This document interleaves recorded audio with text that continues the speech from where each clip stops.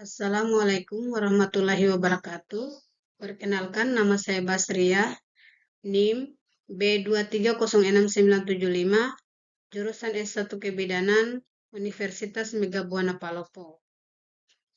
Di sini saya akan menjelaskan tentang mitos pada perkawinan. Dosen pengampu, Ibu Arini Purnamasari, SST, MKes. Mitos pada perkawinan.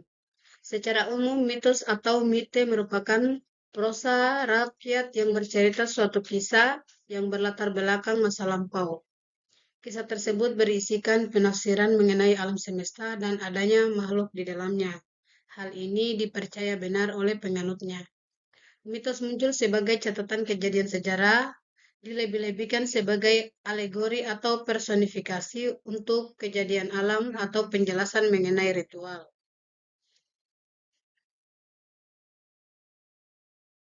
Sedangkan menurut ahli Ahimsa Putra, mitos adalah cerita yang aneh dan seringkali sulit dipahami atau diterima makna kebenarannya karena kisah di dalamnya tidak masuk akal dengan keseharian kita.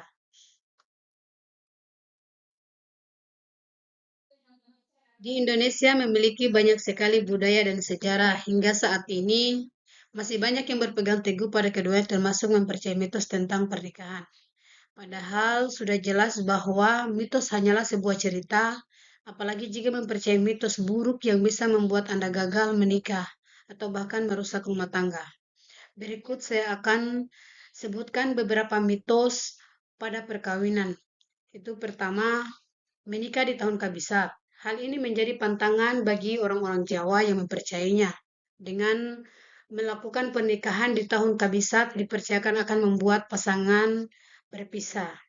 Yang kedua yaitu dilarang menikah di tahun yang sama.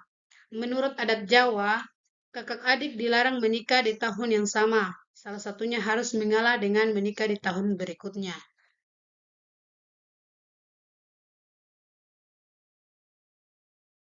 Yang ketiga, mitos kembar buncing yang berasal dari kebudayaan Bali. Ini menyatakan bahwa anak kembar pria dan wanita harus dinikahkan bila saatnya tiba, karena jika tidak, bisa mengakibatkan malapetaka. Yang keempat, dilarang tidur setelah bertengkar. Banyak yang mengatakan bahwa pertengkaran suami istri harus diselesaikan dengan cepat dan jangan dibawa tidur atau jangan menunggu besok untuk menyelesaikannya. Padahal kalau dipaksakan saat keduanya masih sama-sama panas, jadi maka permasalahan tidak akan selesai juga. Kemudian yang kelima, gaun pengantin robek. Kadang kecelakaan kecil bisa terjadi di pernikahan termasuk baju robek, namun jangan khawatir dulu dengan pertanda buruk yang menyatakan bahwa pernikahan Anda akan berakhir dengan kematian pengantin prianya. Semua itu hanyalah mitos belaka. Yang keenam yaitu suku Jawa Sunda dilarang menikah. Mitos ini berasal dari kisah Perang Bubat dan permasalahan dahulu kala. Jadi, hal ini hanya terjadi pada masa lampau. Tidak perlu dibawa-bawa hingga sekarang. Yang ketujuh, melangkahi kekak menikah. Hal ini dianggap tidak sopan dan tidak baik karena menikah mendahului sang kakak. Jika terjadi, selain memberikan pertanda buruk, katanya juga akan semakin mempersulit si kakak untuk menemukan jodohnya. Tapi jangan percaya karena hal ini hanya mitos. Yang kedelapan, jika Anda membeli barang bekas orang lain seperti baju atau apapun itu, mitosnya Anda akan berjodoh dengan duda atau janda nantinya. Padahal, walaupun menikah dengan duda atau janda, tidak ada yang salah dengan semua itu. Dan yang terakhir, menyapu tidak bersih. Konon katanya, jika Anda menyapu tidak bersih, nantinya akan mendapatkan jodoh yang berewokan.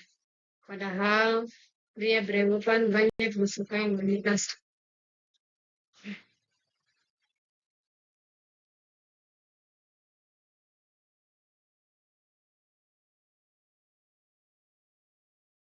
Itulah penjelasan tentang mitos pada perkawinan.